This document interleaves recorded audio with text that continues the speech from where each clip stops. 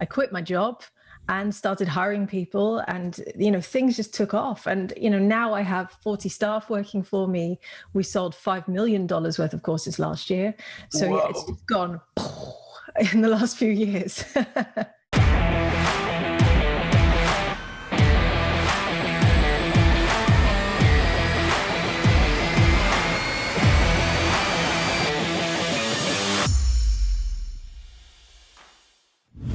So welcome to the show, Lorraine. Thank you so much for having me. It's lovely to meet you. I'm so glad to have you here. As we were talking off air, we both discovered that we have Dutch heritage, and I've never met a Dutch person I didn't like. And so let's talk a little bit about your past, how where you grew up and how that's shaped your life. Well, let's go straight all the way back then. I grew up in the Netherlands. I have a Dutch father, English mother, which is why I sound British, because I am bilingual. I guess we won't break out the Dutch on the podcast. I'm guessing the listeners might struggle with that. Right. But I grew up in the Netherlands with entrepreneurial parents, and I think that was where everything started. So they started their own business. My father lost his job when I was about 6. And I think at that point, he was just unemployed for such a long time in the mid-80s that in the end, he said, you know what, I'm going to do this myself. And so they started their own company together when I was 8 years old in the spare bedroom. And so that's what I grew up with. We had an Amstrad computer. I would help send faxes. It's sounding kind of old school, just describing it like that. But I grew up watching them build something out of nothing. And they built it very successfully to the point that they moved out of the spare bedroom, got an office, hired staff, and then actually sold it when I was in my first couple of years of university and retired young. And I think that's been the inspiration for everything I do. Wow, that's really cool. You don't get to hear that story very often, where people actually have successfully built a business and then retired early. So how did that shape your perspective on life and business? It's interesting because I haven't really fully understood how it shaped me until quite recently, but it gave me a very healthy relationship with money, first of all, because my parents were always a bit like, well, if we need money, we will go and make money. And yeah, I've never been scared of making money or having money for that reason. And I've also never been scared of going out there and getting what I want. So I've always been very self-assured. It's part of the Dutch thing as well. We're quite outspoken as a nation. I get that from my father. He's a little bit blunt. When I was in my mid-20s, I was working as an environmental consultant. I landed good jobs all around the world, ended up working on the world's largest oil and gas project in the world at that point, in the Russian Far East. I was out there for 3 years as a young girl in her mid-20s. Was already on a 6-figure salary, doing really well, because that story of my parents starting their own business shaped the way I viewed being able to go out there and get whatever I wanted. So on the podcast, Rock Your Money, Rock Your Life, we talk a lot about getting your financial garden in shape and going through the cash flow quadrants that Robert Kiyosaki talks about, from being an employee to having your own job, maybe your own business, and then becoming a better investor. So tell us a little bit about that. What do you do now in order to take care of your finances? Well, I've been on top of my finances since I was a young girl. I remember actually when I was in one of my first jobs, and it was a really tough job, I said to my dad, what am I going to do? And he said to me, every time you feel down, just open up your bank account. Which is kind of a blunt thing to do, obviously. But he was more or less saying, you can get through this and you can move on to something better. But in the meantime, just remember, what you're taking out of this. And I've always invested. Again, it's a Dutch thing. We're very conservative with our money. I think as a nation, we're known for being a little bit tight-fisted as well. And so I've been saving since I was a very small girl, because I was taught to do that. Mm-hmm. I set up pensions as soon as I started working. So I've always been very frugal, but have got to the stage now that obviously have built up quite an amount of a pot of cash, I suppose, through what I do. And I'm very proud of that. And now support my family. We retired my partner 3 years ago.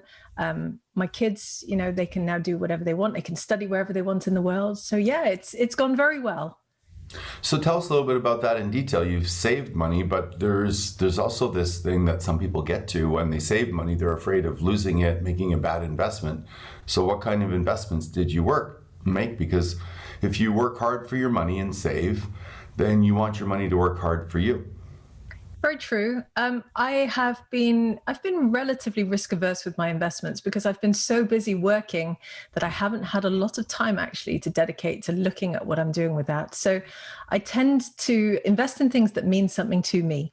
So I'm an environmental scientist. I'm a chartered environmentalist. I invest in stocks and funds that invest in good causes, ones that invest in companies that are doing something about their climate footprint, that have the right environmental ethos. So that's really where I've been going with that. But I have to admit, I haven't quite had the time yet to sit down because I've been amassing this wealth, basically. So one day when I stop, or maybe I'll hire someone to help me in the meantime. But one day when I stop, I will be spending a lot more time on that. And obviously, we've also invested in property. You know, I'm sat in my dream home here. That was a big, big investment for us. But yeah, the future is still wide open for us in that respect. So I have a word for people like you. Don't take any offense to this. You're a rich poor person because you're sitting on an asset that most people rarely get to, and you're not deploying it. Does that make sense? Yep, not yet. Although I will say that a lot of my asset is currently tied up in my business. Okay, all right. So you've reinvested in your business. Yes, you could look at it like that, yes. Okay, tell us a little bit about that. So I run an online training academy called Formula Botanica, and we teach people how to first of all make their own beauty products. So you can see them on the shelf behind me. I have hundreds of graduate products that have been sent to me from all over the world, and then how to turn those products into a business. And that has been unbelievably successful. It's been a bit of a roller coaster, which is why I'm sat on this huge asset at the moment, because it's taken me on an incredible trip over the last 7 years. So we have over 12,000 students at time of recording in 170 countries worldwide. We teach online courses, we have an online membership, and we basically change people's lives by teaching them how to formulate. Because anyone can formulate, anyone can cook, anyone can make their own clothes, anyone can make their own beauty products as well. And that's what we're seeing. People want to empower themselves with the skills of being able to formulate their own products, their own hair care, their own skincare, and we teach them how to do it. So I started it I didn't start it actually, I bought it. And that, I suppose, is one of my first investments. Okay. When I was on maternity leave, I was in a good job. I had a lot of responsibility, but I went back from maternity leave and they totally ghosted me. It was like I didn't exist anymore. I got stuck in the attic at work, and it was a bit like, well, we'll give you some work when we have some. And I'm not the sort of person who sits there and goes, okay, I'll just wait for you to give me some work. I want to get stuff done. You know, I'm a real doer. And I kept saying, give me work, give me work. You know, I've been here for years. I have all this experience. And they were a bit like, well, we don't really have anything because we didn't plan for you to come back. So then I was given the opportunity to buy a really small startup company. Like, it was a one-woman side hustle. It was bringing in a very meager income. And I looked at it and I thought, you know what, this could be something that I could really throw myself into. And had my family look at it, my accountants, everyone looked at it and went, yeah, that would be an interesting, fun investment, like a nice hobby project for you, Lorraine.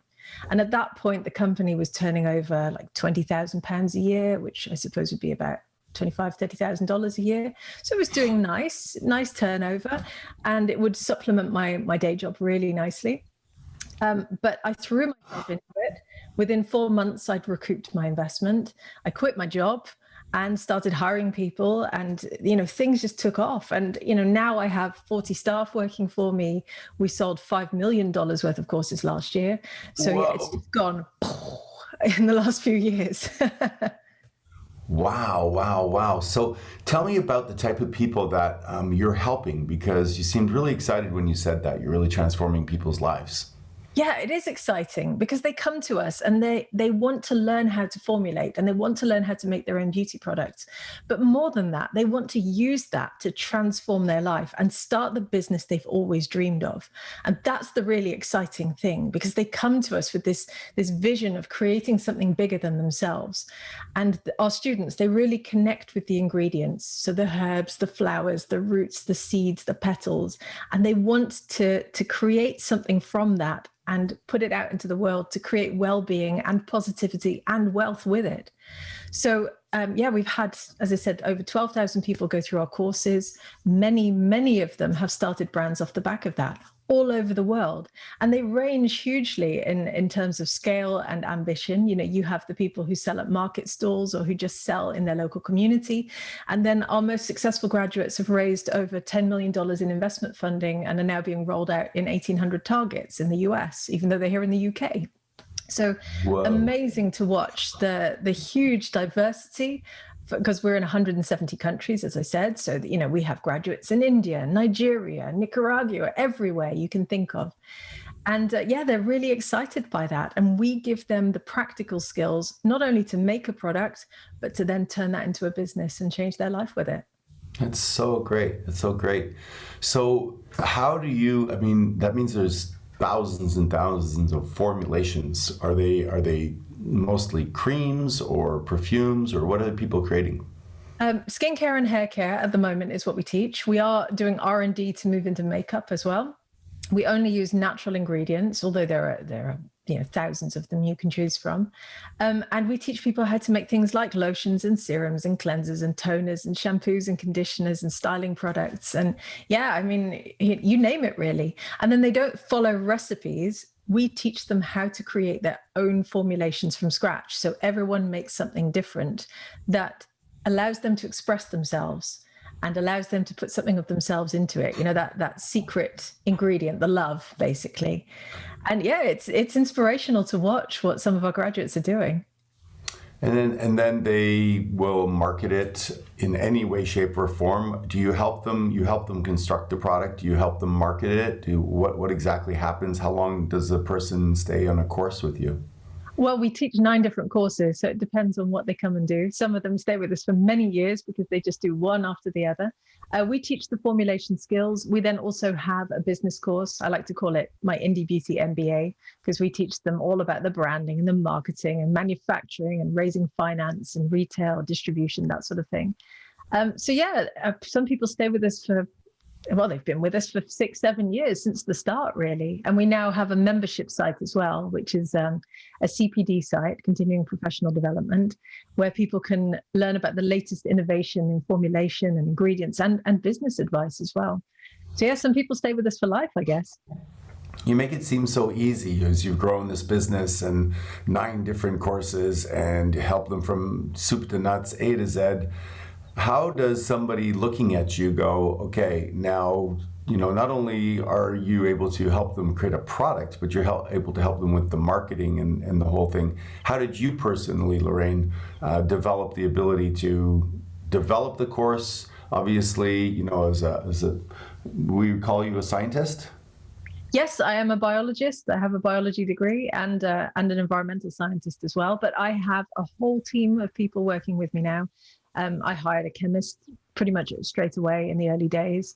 I've been working with chemists all the way through, because for me, the overriding principle is quality. I want us to be the best in the marketplace. And I work really hard at that, investing in our platforms, investing in our tuition, investing in our community and in my team as well, because that's the way that we get more people in and that people come back to us and that we have this reputation that we've developed. Because we now have over 1,000 5-star reviews on Trustpilot. And, each of those means something to me because it says that I'm doing the right thing. What do you do in the business now? Good question. I still haven't taken off all the hats. I'd like to take off all the hats at some point, but I'm still running the business on a day-to-day basis, although I now have a leadership team who are in charge of operations and growth. I do a lot of branding work. like this, a lot of PR work where I'm out there talking about what we do and what we've achieved and what I've achieved as well in that process. And I run the finances still as well. And I get involved with everything pretty much because it's still pretty hands-on. But at the moment, I'm shaping the team so that I can transition more from being a director to a CEO. And I'm well on that journey now. Lovely. How have you pivoted with COVID? How has that affected you guys? We've grown by 80%. It's been phenomenal. So obviously, I didn't know what to expect. In fact, when COVID hit, the first thing I did was I looked at the resources sat in the company. And I'm, as you rightly said earlier, I am quite conservative in how I deal with my cash.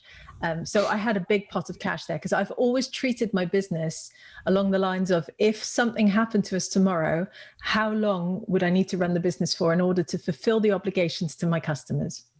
And some of my customers are with me for 3 years. So I've always made sure we have what I call a war chest. So there are significant reserves sat in the company. So that was the first thing I looked at. And I thought, okay, if we made no sales this year, what would happen? And I thought, well, we could keep going. We could keep going for a whole year without making sales. That's a great position to be in.